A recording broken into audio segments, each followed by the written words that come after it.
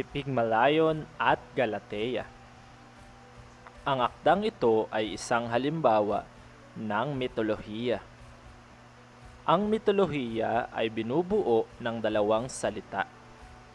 Ang salitang mito o myth sa Ingles at logia o logi in English. Ang salitang mito ay nagmula sa salitang mutos na Greek at mythos na Latin na ang ibig sabihin ay kwento. At ang salitang lohiya ay nangangahulugang pag-aaral. Kaya naman pag pinagdikit ang dalawang salitang ito mula sa mga salitang pag-aaral at kwento, ang mabubuong kahulugan ng salitang mitolohiya ay ang mitolohiya ay nangangahulugang agham o pag-aaral ng mga mito o kwento at alamat. Tumutukoy din ito sa kalipunan ng mga mito mula sa isang pangkat ng tao sa isang lugar na naglalahad ng kasaysayan ng Diyos-Diyosan noong unang panahon na sinasamba at dinarakila ng mga sinaunang tao. Maraming mitolohiya sa buong daigdig. Isa sa pinakakilalang mitolohiya ay ang mitolohiyang Griego. Ang mitolohiyang Griego ay koleksyon ng mga kwentong tulad ng akdang mababasa mo ngayon na tinampukan ng mga Diyos at Diyosa. Paksa ng iba't ibang mitolohiya ang pag-ibig, pakikipagsapalaran, pakikidigma, at pagpapakita ng iba't ibang kapangyarihan ng mga tauhan. Ngayon, ay puntahan natin at tignan ang kwento ni Pygmalion at Galatea. Narito ang mga gabay na tanong na makakatulong sa atin upang maunawaan ng husdo ang akda. Number 1. Para kay Pygmalion, ano ang tingin mo o pananaw niya sa mga kababaihan noon kaya hindi siya nagpapakita ng interes? Pangalawa, ano ang ginawa ni Pygmalion para hindi magambala ng mga kababaihan? Pangatlo, sino si Aphrodite? Ano ang naging papel niya sa buhay ni Pygmalion? Pangapat, paano naganap ang pinakamasayang araw sa buhay ni Pygmalion? Panglima, kung ikaw ang tatanungin, anong mensahe ang naisiparating ng akdang ating binasa o napakinggan? Ang mga tanong na ito ang mga tanong na kailangan nating sagutin upang lubos nating maunawaan ang akdang ating babasahin o tatalakayin. Simulan na natin. Si Pygmalion ay isang makisig na eskultor na kinahuhumalingan ng maraming kadalagahan.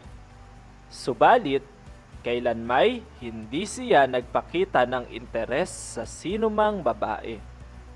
Dahil sa pagkainis niya sa ilang babaeng bayaran sa kanilang bayan.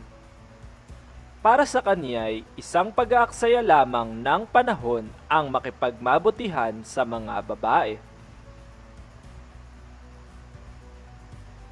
Kaya naman sa bawat pagkakataong may makakasalamuha siyang babae, ay lagi siyang umiiwas.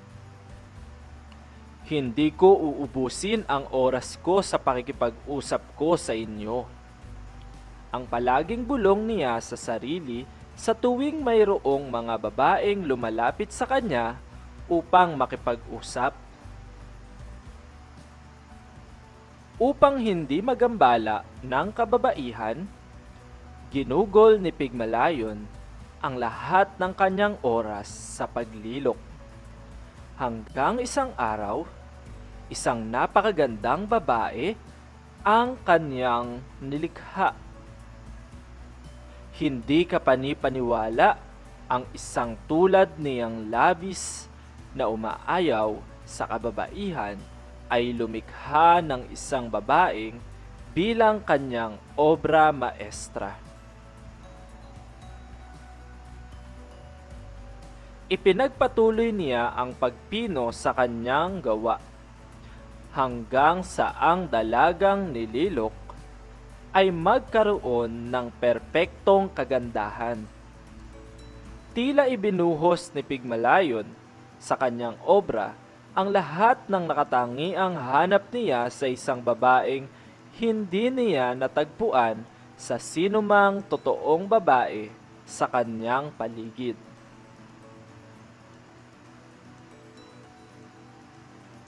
Subalit habang nabubuo ang estatwa ng babae, ay nagkakaroon din ng pagbabago kay Pigmalion. Ang bawat pukpok ng kanyang paet, ang bawat haplos ng kanyang liha, ay kakikitaan ng ingat at pagmamahal.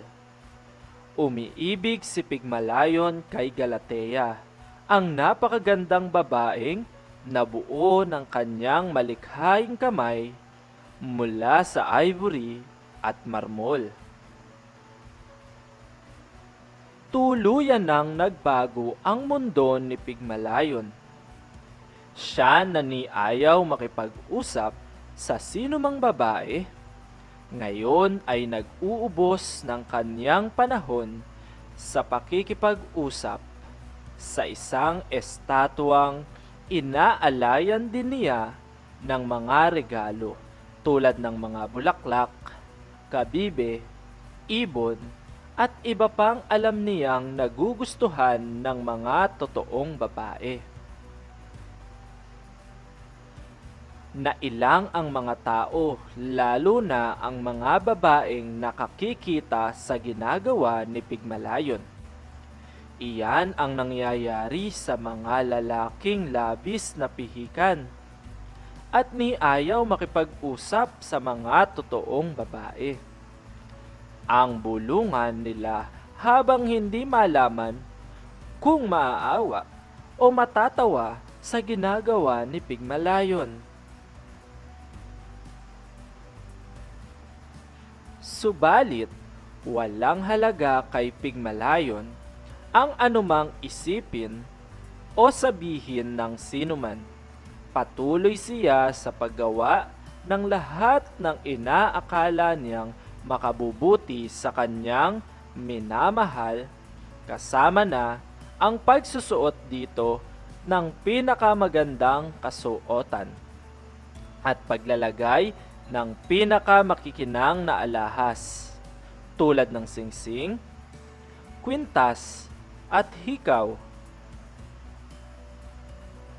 Ang balita ng pagkahumaling ni Pigmalion sa isang estatwa ay kumalat sa bayan at nakarating sa kaalaman ni Aphrodite, ang diyosa ng pag-ibig at kagandahan.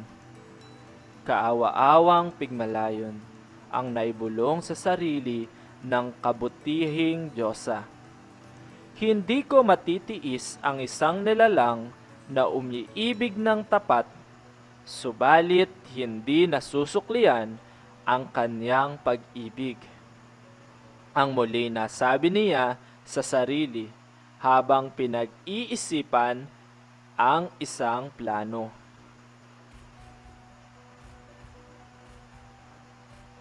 Nang sumapit ang kapistahan ng diyosang si Aphrodite, ay nagtungo si Pigmalion sa templo upang mag-alay ng isang baka.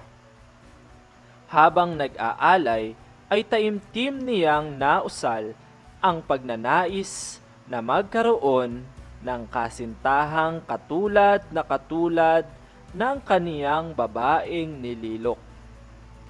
Narinig ni Aphrodite ang hiling ng puso ng binata. Kaya binigyan siya nito ng isang tanda. Ang apoy mula sa sinusunog na alay ay 3 beses pumailan lang.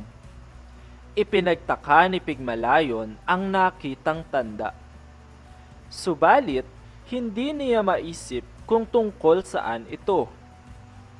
Hanggang sa siya'y makauwi at makita ang estatwang si Galatea.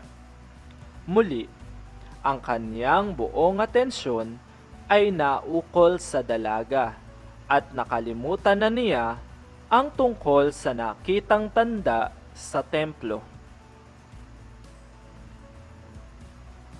Agad niyang niyakap ang estatwa. Subalit anong laking pagtataka niya. Bakit parang mainit ang katawan ni Galatea?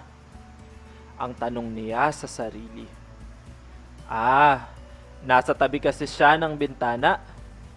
Maaaring sa init ng sikat ng araw na tumama sa kanya'y uminit ang kanyang balat. Ang naisip niyang dahilan sa nadama. Tulad ng nakagawian ay hinalikan din niya ang estatwa, subalit bigla siyang napaurong. Bakit malambot ang labi ni Galatea? Ang buong pagtataka niyang sabi, habang matamang tinititigan ang estatwa ng dalaga. Halos mapasigaw sa galak si Pigmalion. Hindi siya nananaginip. Buhay si Galatea. Hindi na isang estatwa, kundi isa ng tunay o ganap na babae ang pinakamamahal niyang si Galatea. Ngayoy alam na niya, ang tandang nakita niya sa templo ay tanda ng pagbibigay buhay sa diyosang si Aphrodite kay Galatea. Muli niyang hinaplos si Galatea dahil naghahalo pa rin sa kaniya ang pagtataka at kaligayahan. Subalit ang anumang pagdududa ay napawi at ito'y napalitan ng labis na kaligayahan. Buhay ang kanyang pinakamamahal. Gusto niyang ipagsigawan ito sa buong mundo. Subalit hindi niya nakalimutang magpasalamat sa Diyosa ng pag-ibig at ng kagandahan sa pagbibigay buhay kay Galatea. Agad siyang nagbalik sa templo at nanikluhod sa paanan ni Aphrodite bilang pasasalamat.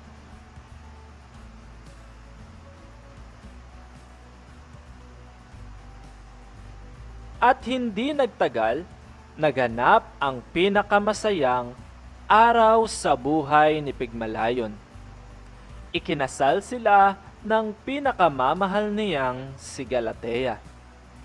Ang pag-iisang dibdib nila ay binasbasan ni Aphrodite.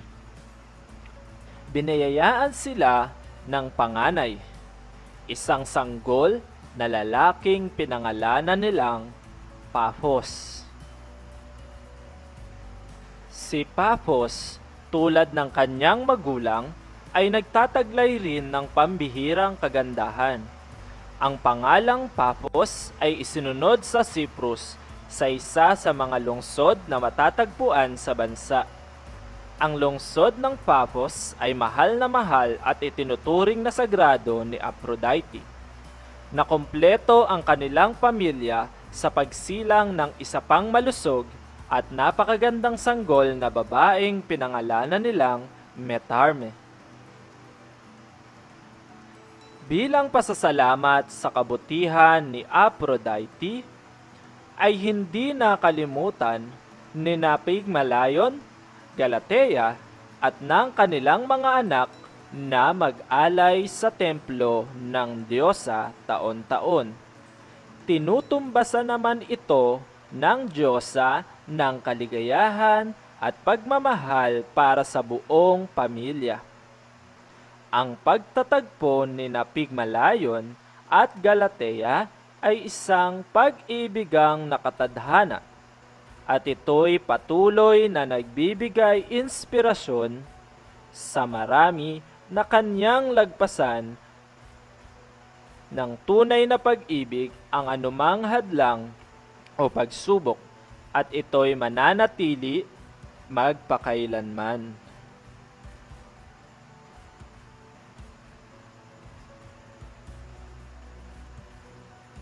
Muli, iyan ang kwento ng pag-ibigan ni Pigmalion at Galatea.